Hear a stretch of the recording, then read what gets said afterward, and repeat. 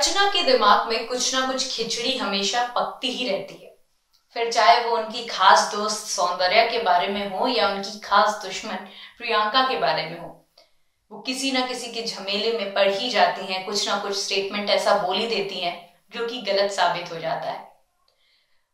अर्चना की दोस्ती का जो मीनिंग है और जो शिव की दोस्ती का मीनिंग है और सदस्यों की दोस्ती का जो मीनिंग है वो बहुत ही डिफरेंट है। अर्चना जब किसी से दोस्ती करती हैं तो वो उनका साथ तो जरूर देती हैं, लेकिन पीठ पीछे कभी उनका मजाक उड़ा देती हैं, कि कुछ स्टेटमेंट बोल देती हैं या फिर गेम के बारे में उनके दोस्त की जो पर्सनालिटी है उसके बारे में कमेंट कर देती हैं। आइए जानते हैं कि अब अर्चना ने सौंदर्या पे क्या कमेंट किया है। जो अभी उनकी एकदम खास सखी बनी हुई है, उन्होंने क्या कमेंट कर दिया है सौंदर्या के ऊपर, मेरे साथ यानी एडिमा के साथ, ओनली ऑन टेली खजाना। तो अब फैमिली वीक कैसे कंडक्ट होने वाला है इसके बारे में सब लोग एक साथ बैठ के बातचीत कर रहे हैं। पहले प्रियंका और शिव डिस्कस कर रहे थे, टीना और एमसी स्टैन भी डिस्कस कर रहे थे। अब प्रियंका नहीं है वहां पे, लेकिन जो अर्चना है और शिव एक दूसरे से बातचीत कर रहे हैं, जहां पे उन्होंने ये बोला, अर्चना ने साफ बोला कि जो माँ, अगर हमारी माँ लोग आती हैं, घर वालों की तरफ से कोई आता है, तो जो रिव्यू वो हमें देंगे और जो ऑडियंस का रिव्यू होगा वो एकदम अलग होगा।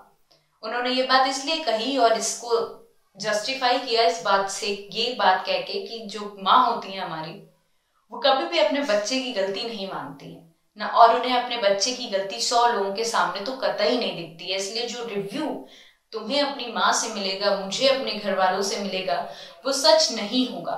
सच नहीं होगा इन द टर्म्स की उनकी पर्सनालिटी बाहर कैसे दिख रही है, वो एकदम क्लियर पिक्चर उन्हें अपनी फैमिली से नहीं मिल सकती, क्योंकि माएँ कभी भी अपने बच्चों की गलतियां एक्सेप्ट नहीं करना चाहती हैं। उन्होंने बोला कि अभी उनकी जो उम्र है उसके बाद 3-4 साल बाद मैं और थोड़ी समझदार हो जाऊंगी। जिस तरीके की हरकतें मैं अभी बिग बॉस 16 में कर रही हूँ वो 4 साल बाद शायद मैं नहीं करूंगी। उसके बाद ही उन्होंने हंसी में शिव के सामने सौंदर्या का मजाक उड़ाते हुए कहा कि तुमने सौंदर्या को देखा होगा, जब वो किसी से लड़ाई करती है तो उसका पूरा शरीर हिलने लगता है। अब आप सोचिए, जब ये चीज अर्चना की लैंग्वेज में निकली होगी तो वो कैसे भैया भैया करते हुए निकली होगी।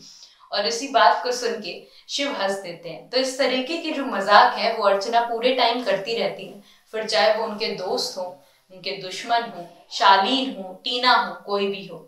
अभी कल के एपिसोड में हमने देखा जहाँ पे शालीन और टीना के बारे में सौंदर्या और अर्चना बात कर रहे थे और उन्होंने बोला कि इसको खोपचे में ले लेंगे, इसको मतलब शालीन को। उन्होंने बोला कि शालीन को खोपचे में ले लेंगे और वो हमारे साथ बैठेगा तो टीना जलेगी और इससे हमारा भी टाइम पास हो जाएगा। वाह, उन्होंने पूरी एक स्ट्रैटेजी बना दी है और उसी के अकॉर्डिंग वो दोनों लोग पूरे हफ्ते चलते हैं। और अभी उनकी स्ट्रैटेजी ये है कि शालीन को अपने साथ बैठाएंगे, उसको समझाएंगे और टीना एक साइड जलेगी और इसकी वजह से हमारा भी टाइम पास हो जाएगा। आगे की खबरों के लिए देखते रहिए टेली खजाना, और अगर अभी तक आपने टेली खजाना को सब्सक्राइब नहीं किया है तो तुरंत करिए।